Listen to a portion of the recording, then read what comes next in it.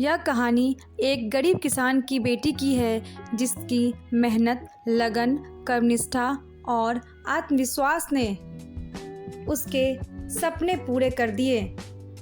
मुझे आशा है कि आप लोगों को यह कहानी बेहद पसंद आएगी। सुबह के समय खेतों में राधा अपनी दादी के साथ काम कर रही होती है। सिर पर पल्लू और पैरों में चप्पल भी टूटे हुए होते हैं, लेकिन आंखों में एक चमक सी होती है। लोग उसे खेतों की लड़की कहकर बुलाते हैं। कहते हैं इसे पढ़ाई का क्या पता, लेकिन राधा अक्सर खेत में बैठकर ही एक पुरानी किताब पढ़ती रहती है। एक दिन गांव में शिक्षा विभाग की गाड़ी आती है और माइक से ऐलान होता है, ग्रामीण छात्रवृत्ति परीक्षा के लिए आवेदन खुले हैं। प्रधान जी और कुछ गांव वाले कहते हैं, लड़कियां इन चीजों के लिए नहीं बनी होती है, काम धंधा सीखो, शादी करो।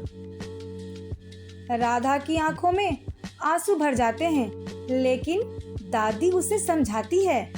कहती है, बिटिया सपना देखे हैं तो डरना नहीं है। राधा दिन में खेतों में काम करती है और रात में एक डिबरी जलाकर पढ़ाई करती है, लेकिन कठिनाइयां तो बढ़ती जाती है। फटी किताबें और उसे पढ़ाने वाला कोई भी नहीं होता है। उसकी दोस्त सरिता ताना मारती है। कहती है, किताबें पढ़ लेने से कोई अफसर नहीं बन जाता है। राधा अंदर ही अंदर टूटने लग जाती है। उसी दरमियान एक लड़का विपिन जिसका नाम होता है, वह शहर से लौटकर आया होता है। राधा की मेहनत देखकर उसे पढ़ाने का फैसला करता है। गांव में लोग ताने कसने लग जाते हैं। कहते हैं, अब लड़की और लड़का रोज मिलने लगे हैं, क्या चल रहा है। दादी बीच में आकर कहती है, मेरी पोती के सपनों में कोई हलचल नहीं, सिर्फ मेहनत होनी चाहिए। धीरे धीरे परीक्षा का समय भी पास आ जाता है। परीक्षा से एक दिन पहले राधा बीमार हो जाती है। उसे तेज बुखार, लेकिन दादी कहती है, बुखार से बड़ी तेरी आग है। कहती है, जा लड़ अपने सपनों से। आखिर परीक्षा का दिन आ ही जाता है। परीक्षा का दिन स्कूल में बाकी गांव के कुछ अमीर बच्चों के बीच राधा फटी चप्पल, साधारण कपड़े, लेकिन आत्मविश्वास के साथ बैठी होती है।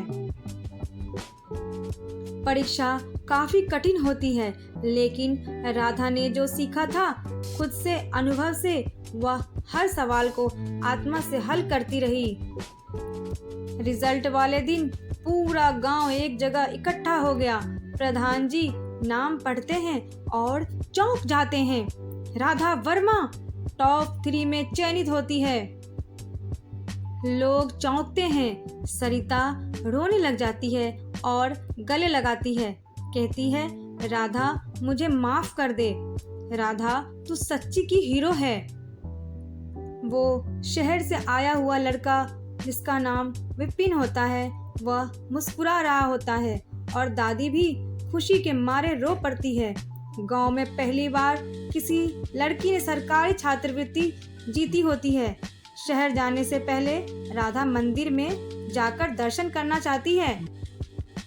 मंदिर में जाकर कहती है, हे माँ, मेरी मंजिल तुझसे बड़ी नहीं, पर तेरा आशीर्वाद सबसे ऊपर है। 5 साल बाद राधा IAS अधिकारी बनकर गांव लौटती है।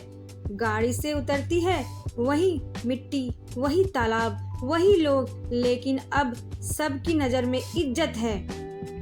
प्रधान जी उसके सम्मान में सिर झुकाते हैं।